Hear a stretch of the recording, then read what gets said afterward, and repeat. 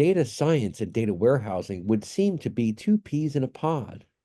Both disciplines focus on generating valuable insights to optimize business decisions.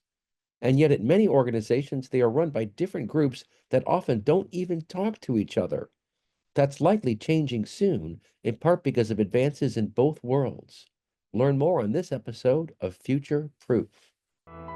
The future is here already. It's just not evenly distributed. Yet. Today's world teems with innovation. The nexus of hardware, software, and human ingenuity promises a revolution in possibilities. What does tomorrow look like? Witness Future Proof. We're burning through the year, folks. I keep telling people that DM Radio turns 17 years old in February. It's hard to believe that much time has flown by. And to a large extent, what's happening now is new and interesting, but the more things change, the more they stay the same. There's still some fundamental principles that are very important. I remember in the earliest shows of DM Radio, we would talk about data warehousing, ETL, ELT, doing your analytics, closing the loop. That was the big thing back in 2001 when I got in this business. Let's close the loop and do real-time data warehousing. Well, 24 years later, we're finally doing real-time data warehousing. We're finally closing the loop. So sooner or later, these things do come to pass. The topic for today is all about data warehousing and data science, and how if you fuse them, if you coordinate and align the efforts of these different disciplines, you can get tremendous business value. And my ironic perspective is that most of the organizations I've spoken to over the years will have one team doing data warehousing and a completely separate team doing data science, and those folks don't even talk. A lot of times they're not even friends. They're sort of competing for dollars and attention and mind share and activities and data, and that doesn't make a whole lot of sense. So I think that in this very intense sort of dynamic world we're living in, where there's going to be a lot of pressure. Obviously, we've seen layoffs at big companies and small companies. Gen AI, a lot of people are saying, oh, it's going to take my job. Well, we are going to go through a leaning period, it seems to me, where we get more lean organizationally in terms of personnel. And that's probably going to be a driving factor. And it just makes sense that the data teams and organizations would talk to each other and would get along with each other and support each other. So that's my vision of where things are going. We have two experts on the line today: David Sweener, author of Tiny Tech Guides, who has worked for a number of cool data companies in our space, and Josh Klar is on the line as well. I hope I pronounced your name correctly there, Got it Josh. right. He is with Snowflake these days, formerly of Splunk. So I'll let each of you kind of introduce yourselves and give your overall take on my theme here, which is that data warehousing and data science really should be like chocolate and peanut butter and the Reese's. They're two great tastes that go great together. But David Swinner, what are your thoughts on all that and kind of where things are going? Sure. Thanks for having me on the show, Eric. Just for background for people that don't know me, I'm a former data science and data warehousing practitioner who's turned to the dark side of marketing, and I'm now the founder of Tiny Tech Guides. But I've noticed in my career, talking and working for a number of companies, that companies would spend inordinate amounts of money on collecting our data, refining it, we're cleaning it, and we're jamming it in the data warehouse. And then you're right, Eric, there are, on the other side, there's people that wanted to use the data. And for whatever reason, they would balk at spending even a trifle amount of money on some sort of analytics or data science tool. So I'm like, what's the point? And I don't like in analytics in particular, or data science, it's always been the Wild West. Whereas data warehousing was very controlled and there was a way to do things. And analytics never had that amount of rigor from my perspective. And maybe it's changing a little bit, but it's always been more cowboyish than structured. I'd love to hear your thoughts. That's a really interesting perspective. I'm going to put a pin in that one and throw it over to Josh to give his opening statement. And Josh, I do think one reason why we'll start seeing these worlds come together is because, let's face it, there aren't 1,000 data warehousing companies out there. There's a handful of them, and the bigger ones, the sort of newer age ones, are both really trying to build out platforms that do both data warehousing and data science. So that kind of makes it a little bit easier. But what do you think about my premise here and kind of where things are and where they're going? Yeah, I think, well, maybe also by way of introduction, you mentioned 2001. That was when I got started in the industry. I was a product manager for a company called Broadbase, which was one of the first. It was a single node column store database, and I remember being very excited when we had our first 500 gig customer. Like, wow, that is a lot of data. We're finally doing big data.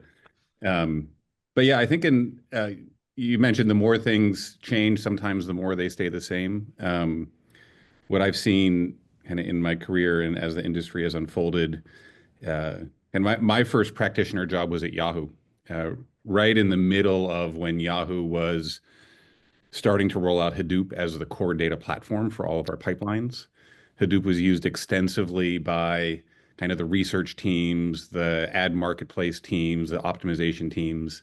Um, and as David mentioned, they balked at, they're like, no, no, we're not using an Oracle database. We're not using, like, we're doing something that's different. And so at Yahoo, I saw this evolution of kind of the production data pipelines and the data science teams at the time really moving towards open source technologies, moving towards open storage formats, large scale distributed processing. But the other half of my world was building data marts, and we had Oracle and we had MicroStrategy, and we focused on governance and conformed dimensions and curated metrics. And there always was this tension of how do you enable the flexibility and innovation for the business and kind of the pace of data access and like building arbitrary models, and how do you avoid the CEO knocking at your door saying, "Hey, why does this metric look like, different than this metric?" So I think that tension I have seen maybe remains in the industry. But to your point, Eric, as the platforms enable you increasingly to do both, like store open storage formats, do large scale processing at scale, kind of bring analytics and data science to that raw data, while also supporting the traditional analytics workloads. Um, I think it has changed at least the world of opportunity a little bit. Yeah, and I think that's good news. I mean, I think it's very good news that we have a situation where data warehousing and data science are now viewed as two peas in the same pod because they're focused on the same thing. But what do you think about David's comment that data science has been like the Wild West, whereas data management has been more like tried and true, and let's get our methods down and let's do things accurately? I mean, and I'll throw one last curveball at you before you answer that question, Josh, which is I remember like a year and 2 years ago, people kept talking about the repeatability problem in data science, Mm. meaning they can't repeat something and you get the same result. And I'm like, I think that means you're not doing science. But I don't know. What are your thoughts on that? Yeah, I think it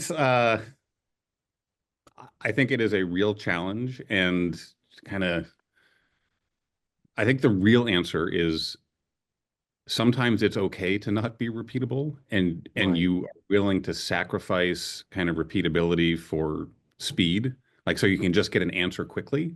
And right. sometimes you really need consistency, and you need to make sure everybody's kind of speaking the same language and working from the same sheet of music. And I've seen like a number of architectures that promote that, whether you've got like data products and data mesh, or you've got the medallion architecture. There is kind of this at Snowflake, or sorry, at Yahoo, we actually had what we called the conformed zone and the non-conformed zone. It was just for that Hmm. reason. It was like, okay, like where's the playground where people experiment, and then where do we ensure consistency? And so I think the reality is you should support both, and if you don't, then you get the complaints that David was talking about, where it's like, hey, like I just need to do stuff fast. Like, don't lock me in. Right. Right. Mm. That's interesting. And David, I'll throw this one over to you.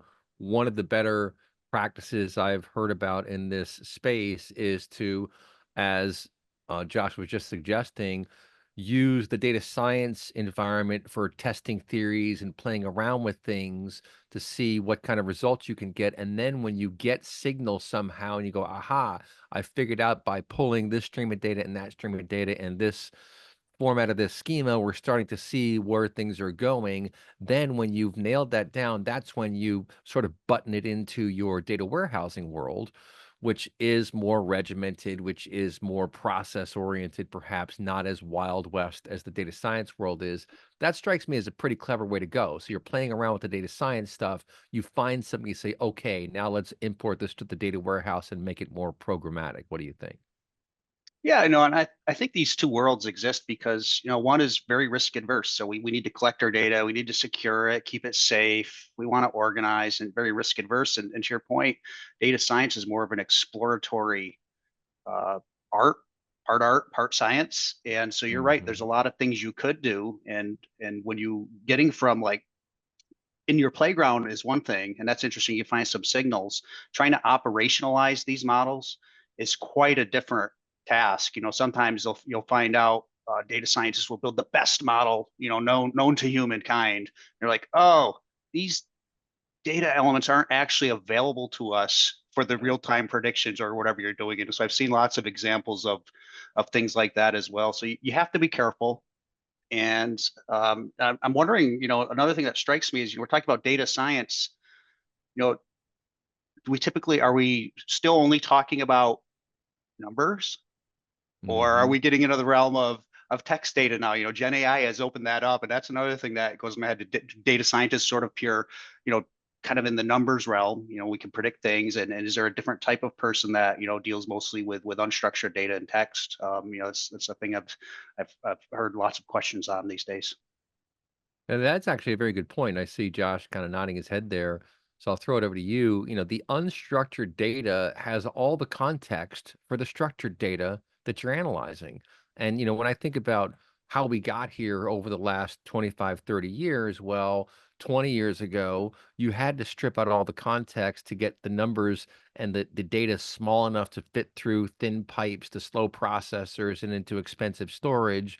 Now the pipes are fat, the storage is cheap, the processors are way fast, and you can line a whole bunch of GPUs up. So it's like all the constraints of the old days have kind of gone away, and but we're kind of stuck with these legacy architectures. Do you think that's part of what's happening here? And what do you think about all that? I Sorry. was say I was going to make one comment about the kind of the data scientist versus the analytics, and then on the text data, I think that's super interesting. I was as we were talking, I was thinking that I think the level of governance and like messiness versus cleanness is more, it's almost orthogonal to whether you're doing data science or analytics. Hmm. Because sometimes, like I think about the world of like how BI has gone from, really governed with the microstrategies to like self-service democratization with Tableau, and then like now there's semantic layers in between that are trying to achieve the best of both worlds. I think as a BI person, sometimes you need quick and easy data, and sometimes you've got production reporting. I would say the same thing with data science. Sometimes you need access to the messy raw data, but to David's point, when you want to deploy that model into production, like you really need consistency. You need that repeatability that you talked about, Eric. And so it's almost like whether you are a data science or an analyst, kind of having the breadth of data access kind of across the dimensions of cleanliness and governance, I think are really important. Um, and I think that actually does go into the world of text data and unstructured data. I was uh, this Snowflake is not unique in doing this, but it is this. So this is not necessarily a Snowflake plug, but one of the things that I'm super excited about that we launched last year was what we call these Cortex LLM functions, and it's Hmm. essentially the ability as a SQL user, I know how to write SQL, to start applying LLM functions in the context of writing a SQL query. And like the idea was interesting, but we weren't quite sure where we were going to see traction. But one of the things we started to do internally is we are now using those Cortex LLM functions when we are analyzing our Salesforce.com opportunities and use cases. And the way we Hmm. used to do it is we would kind of create a set of data using the structured data that is available, like show me, where this is kind of the source system we're migrating from, and this is the type of analytics. And then we would go and look at all the comments and be like, okay, let's take 100 of these, let's read through the comments, let's summarize them, and find the top 5 challenges that customers are having or where we're getting stuck in a proof of concept. Um, we now use those Cortex LLM functions to do just that, but we're doing it at scale. So we're doing it in tens of thousands of records. And it has completely, and the accessibility, it's the Hmm. folks that are doing like sales ops and our finance team that are now using these, they're like applying super advanced LLM functions using a SQL query on text data and treating it like it was structured. Wow. And like the way that that feature has taken off, and that like if you start to think about the use cases that you could apply that to, or it's really quite exciting.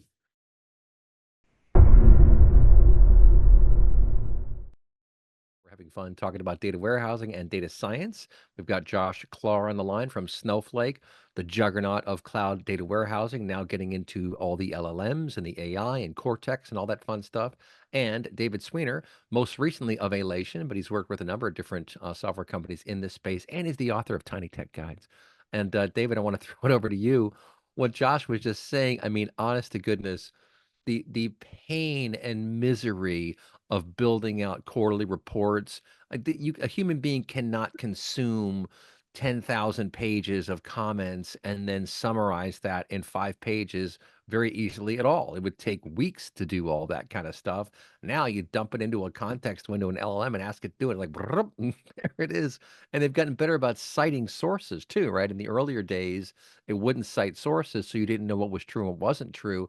Now, the fact that they built in the functionality to cite where those comments came from, you've got governance, you've got an audit trail. I mean, it's truly a revolution in how to leverage data. What do you think, David? I wholeheartedly agree, and I think there's a couple things that companies are going to realize quite quickly. One is the importance of metadata. I did a webinar with a partner of my former company, and Snowflake. We said build a forecast using Cortex, and it didn't know how to do it because it didn't have the metadata. Doesn't know what the technical column names mean. You give metadata, it builds a beautiful forecast. So I think people are going to, really look at metadata and cleaning that up. The other thing is document processing.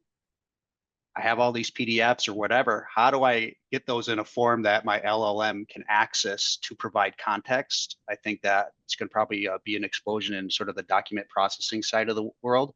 But you have to still be careful with these 10,000 documents. As an example, I was filling out a Gartner RFP, and if anybody has ever been involved in that process, it's not fun.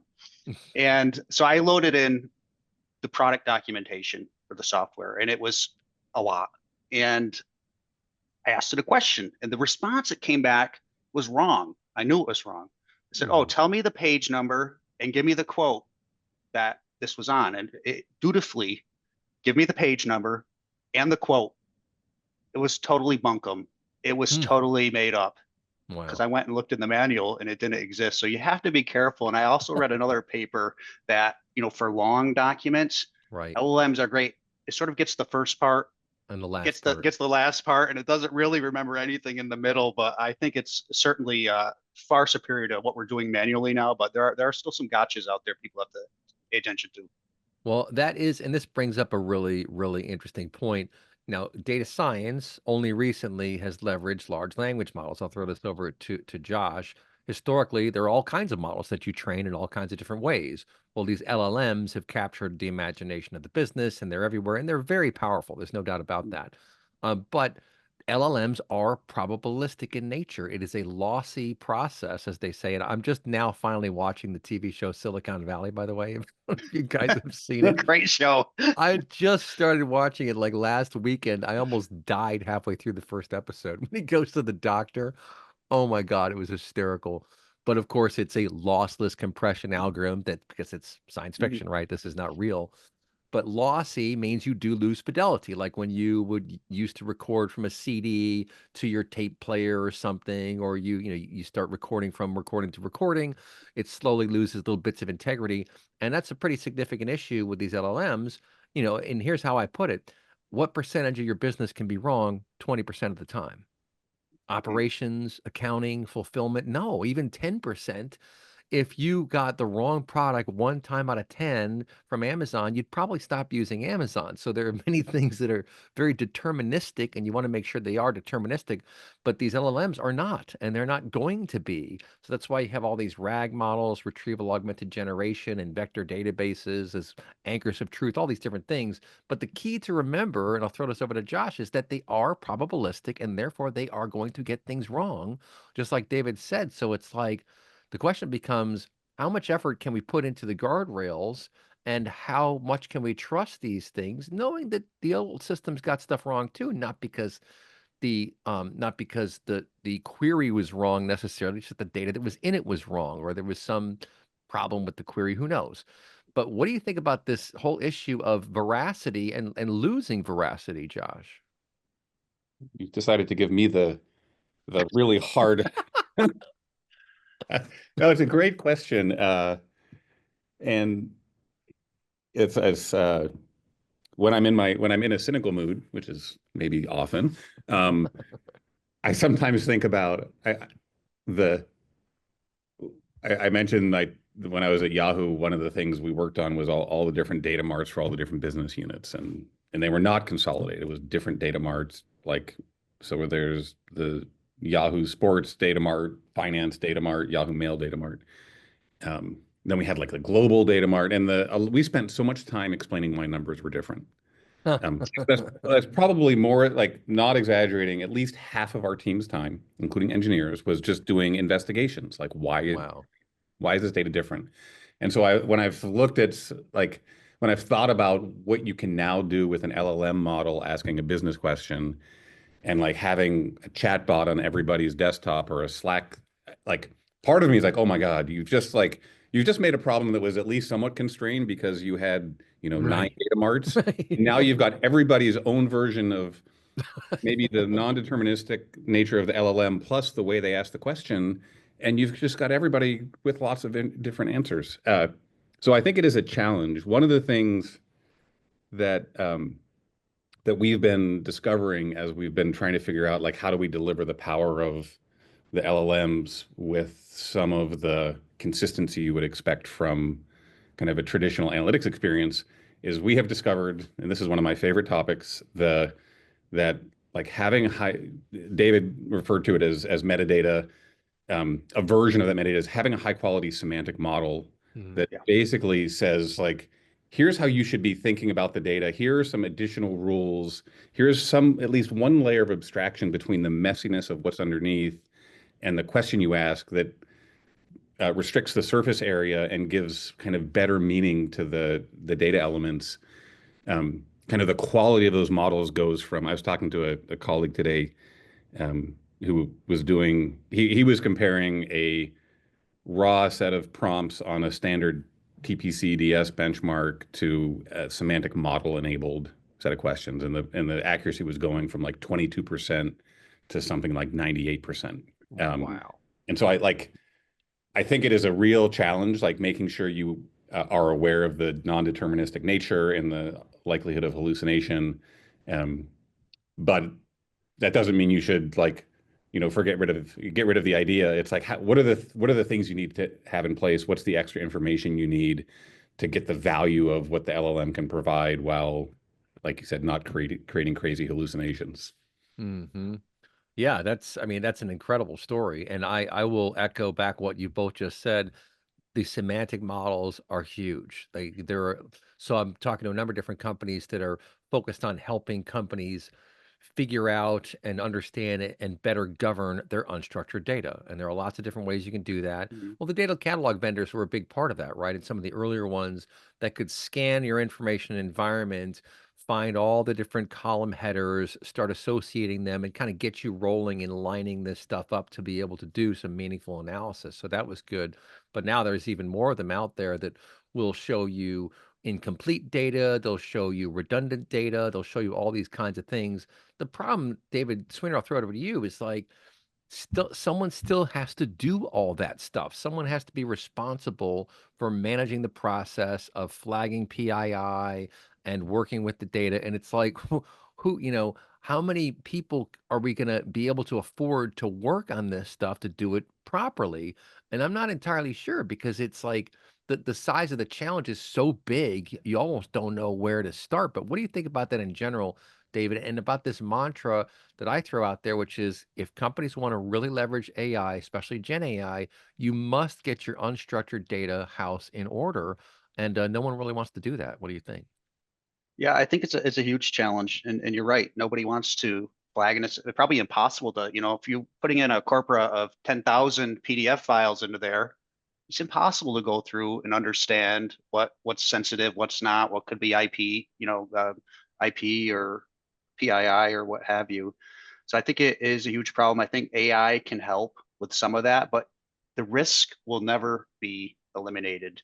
And back Right. to the Josh's comment on, the numbers being different. I was doing data science in a semiconductor environment, and yield, we had to calculate yield. There were three systems that did this. It's pretty easy. It's the number of good chips over the total number tested to define yield. The three systems did not agree. And I could not convince the business for them to agree. And so what do we do? How do we solve this problem? We shut off two of the systems. It was more politics. That was the only way to get this degree. But I am a little bit worried in that if everybody has their own personalized chatbot, Right. memories on, it's going to start feeding you what you want to see. We're going to get more maybe disparate answers. And then to your point, Eric, on these things are probabilistic. You're going to get a different answer depending on how you phrase the question. Right. And with your memory is different than my memory, we're going to get different answers. Maybe it's going to only compound that problem, 100-fold. I don't know. Yeah, that's a good point. I'll throw this one over maybe to Josh. I think to myself, all right, there are various ways that you can kind of get your house in order. One of which is just to pretend that it's in order and not care and just like start plowing down the road regardless. And I think that is going to happen. So when you think about how attractive it is from a senior management perspective to just be able to ask any question of your enterprise and get answers, that's going to be the new norm, it seems to me. So I think that, well, let me throw this one over at you. I've been thinking about like Read AI and Otter Notes and all these different things that do such a good job. Even Zoom has it now, or it'll summarize your call, show you the key takeaways, action items, all that kind of stuff. That is just fantastic because it is very good at doing the transcripts. It's good at organizing that stuff. So what you want is that the individual salespeople, let's say, read their own notes. Then the sales director gets an aggregate of all that and summaries of what everyone's talking about. You can start asking questions. That is going to revolutionize management, it seems to me, because you're going to be able to figure out who's doing well, why they're doing well, and then apply that as a best practice across the organization. I think that summarization part is probably the most compelling from a business optimization perspective. But what do you think, Josh? Yeah, I think that it's but one, I love the Zoom summarization feature. It is amazing. I've turned it on, and this is maybe I shouldn't be saying this on a live radio show. However, I now use it like when I have one-on-ones with my team. Usually, like I would take notes in the document. I would send out an email like, "Hey, we agreed on this." Now all I do is I wait for the transcript to come in. I copy whatever action items it came up with because it's better than I am at it. Right. I'm like, Right. hey, and that goes in the doc. It's just like, so I think you're right. The summarization stuff, whether it's kind of what the use cases you described around sales summarization or team management, or the use cases kind of I shared about kind of looking at Salesforce data. I think those are really great use cases. I agree with the risk. I think the talk to your data, especially talk to your structured data use cases they're early. They look Yeah. interesting, but they have all kinds of risks. What I'm curious to see, and where I think there is an interesting kind of opportunity, is not necessarily asking each individual question, but thinking about the workflow of like, how do you actually do analysis? Like when I think Right. about the way I interact with my data science analytics partner here at Snowflake, there's a lot of back and forth. Like I have a business question.